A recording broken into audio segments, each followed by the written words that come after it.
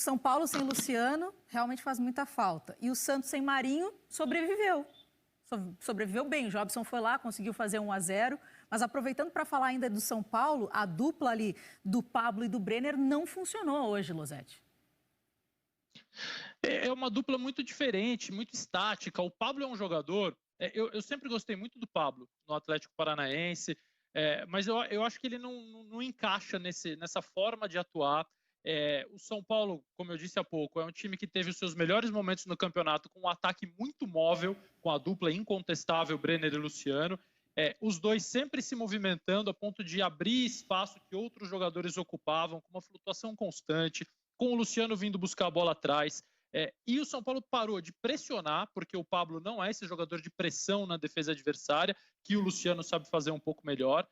E os dois atacantes pararam de abrir esse espaço, pararam de permitir essa movimentação ou de participar dessa movimentação. Então ficou uma dupla muito estática. Hoje, por exemplo, até as substituições que trouxeram o Brenner um pouquinho mais para trás com a entrada, como disse bem o Nori, das Torres, né, do Trellis e do Carneiro, e aí o Brenner foi obrigado a sair um pouquinho mais para o jogo, mas até as mudanças, o Pablo era mais participativo no jogo do que o Brenner.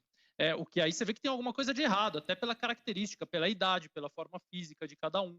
Então, hoje, neste momento, uma das esperanças do torcedor do São Paulo de voltar à disputa do campeonato, ou, para citar a comparação do Nori, de parar no box, colocar um pneu novo e voltar com força para a corrida, é a recuperação do Luciano. Passa muito por isso.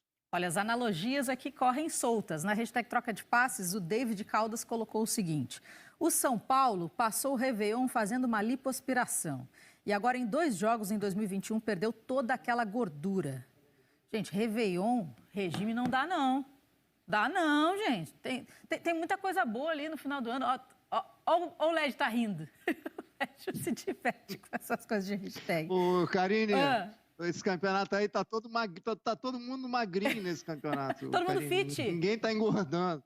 Tá todo mundo fit no campeonato. Esse negócio, essa comparação aí com Fórmula 1, o São Paulo começou a ratear, parece que tá acabando a gasolina de todo mundo, ninguém consegue passar o São Paulo, entendeu? A pista tá livre, me passa. E ninguém passa, entendeu? Você não tem um carro confiável. A máquina mais confiável era do São Paulo.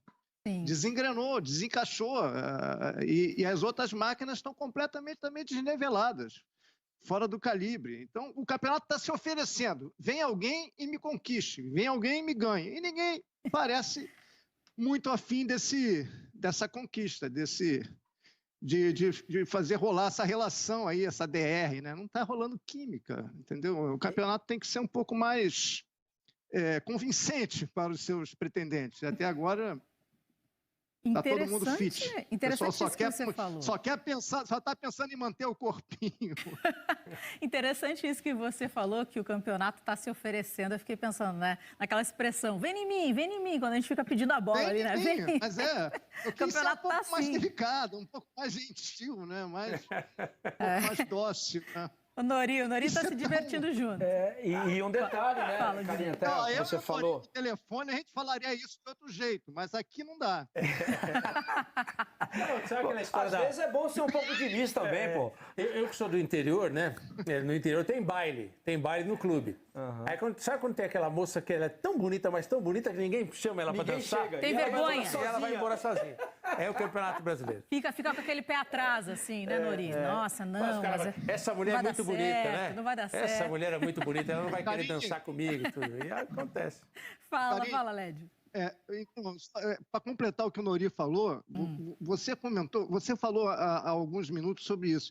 Quem é o melhor time? Quem joga o melhor futebol do Brasil hoje? Alguém aqui é capaz de cravar? Alguém é capaz de cravar? Quem joga o melhor futebol do Brasil hoje? Ninguém é capaz de cravar.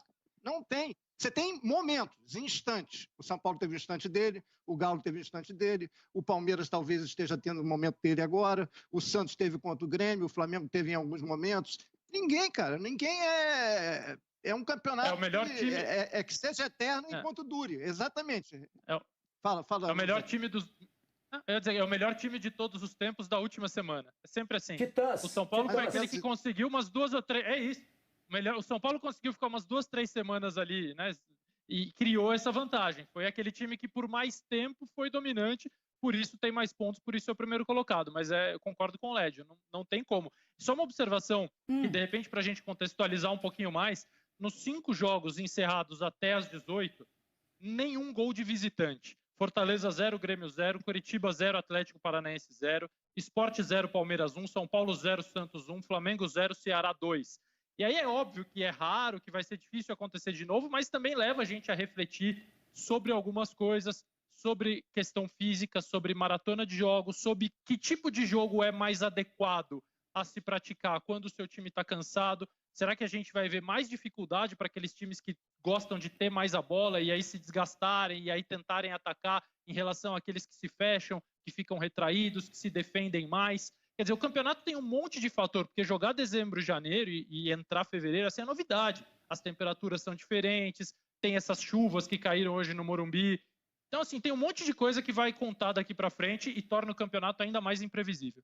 E detalhe importante, né? Caiu o último invicto em casa, né? O São Paulo com essa derrota. O São Paulo tinha 9 vitórias e 4 empates. Conheceu a primeira derrota dentro de casa. E a terceira agora consecutiva, né? Contando Copa do Brasil e Campeonato Brasileiro. Nesse momento que a gente está aqui nessa resenha, passando os jogos das 4 horas da tarde, está rolando também, obviamente, Internacional e Goiás, 9 minutos, quase 10 minutos do primeiro tempo, estou monitorando aqui também, e Atlético Goianiense e Bahia. O Atlético Goianiense já abriu o placar com o Pereira, 1-0. Esses jogos a gente vai acabar falando deles na segunda edição do Troca de Passes, às 10h30 da noite. Tem muita coisa para a gente conversar aqui. E na hashtag Troca de Passes, todo mundo também está querendo participar, entrando aqui na nossa conversa, assim que eu gosto. Felipe Brasil colocou, essa disputa pelo título está o melhor estilo, o menos pior. São Paulo, Flamengo, Galo e Inter.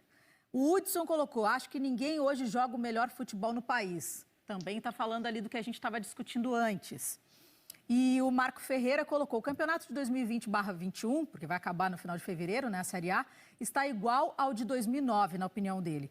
Os times que estavam à frente fizeram tanta força para perder que acabaram perdendo. E aí, só para fechar aqui, para botar mais uma lenha na fogueira, Gilmar escreveu para a gente que o Palmeiras está dependendo só de si para conquistar. Cuidado. Então, os torcedores estão todos se movimentando, né? Porque aquela parte de cima da tabela, como bem disse o Lédio, o campeonato está ali se oferecendo e a galera tá, opa, será que eu vou? Vou ou não vou, né? Abraço ou não abraço essa? Então, a situação ainda está muito embolada. Falando ainda desse jogo, dos clássicos Sansão, o Muricy estava na arquibancada acompanhando. O Muricy, nosso